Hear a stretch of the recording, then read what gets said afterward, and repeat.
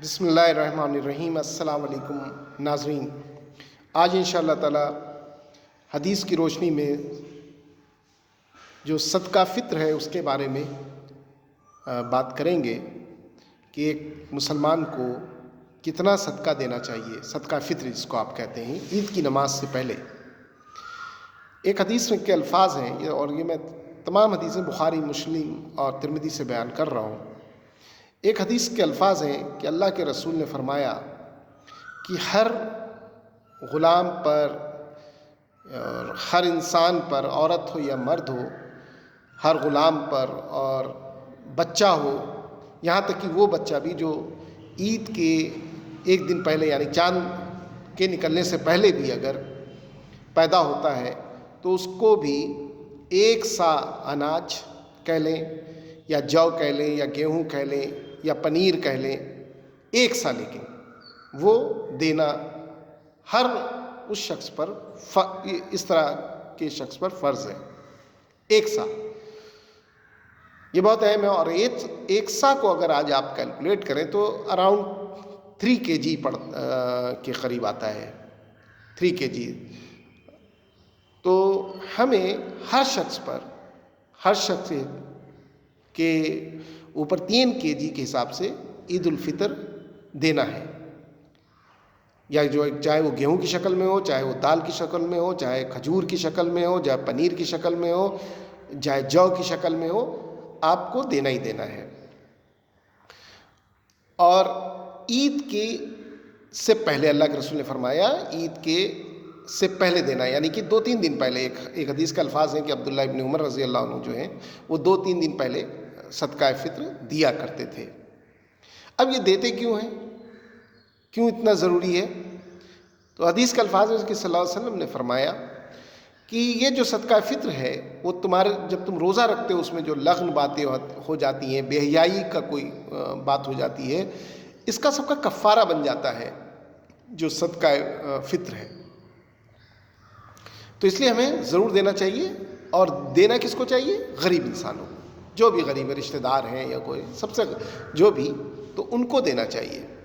تو یہ بہت ضروری ہے صدقہ فطر عید کی نماز سے پہلے ادا کرنا۔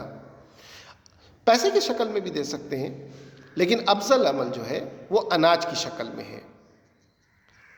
تو ہر شخص کو ایک سا جو ہے 4 مد یعنی کہ 2730 kg، 2730 گرام، اس کو اگر کیلکولیٹ کریں گے تو آلموسٹ 3 kg پڑتا ہے۔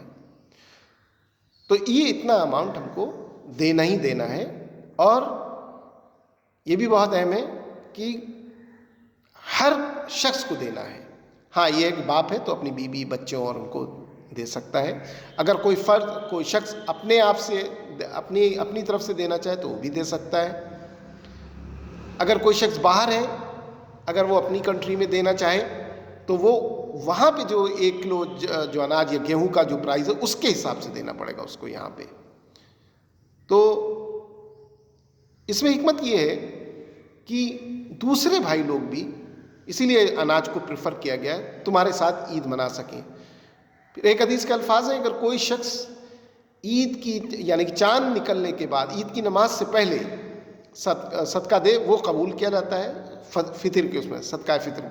لیکن اگر عید کے بعد دیتا ہے، عید کی نماز کے بعد، تو پھر وہ عام صدقہ ہوتا ہے، صدقہ فطر نہیں ہوتا۔ تو یہ بہت اہم ہے۔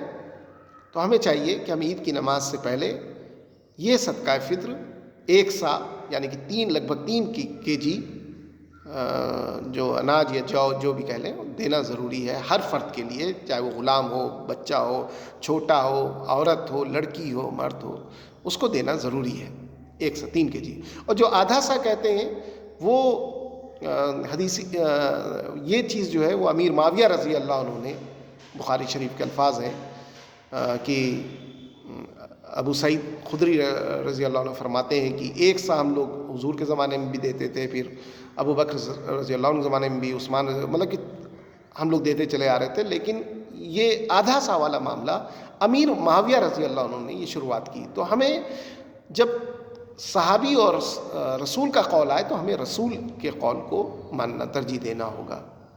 تو آدھا سا نہیں بلکہ 1 سا اناج ہم کو دینا ہے صدقہ فطر کی حیثیت سے. اس کو پیسے بھی دے سکتے ہیں تو، اور عید کی نماز سے پہلے دینا ہے. اللہ ہم نے سوچنے سمجھنے کے ساتھ عمل کرنے کی توفیق عطا فرمائے. آمین ثم آمین.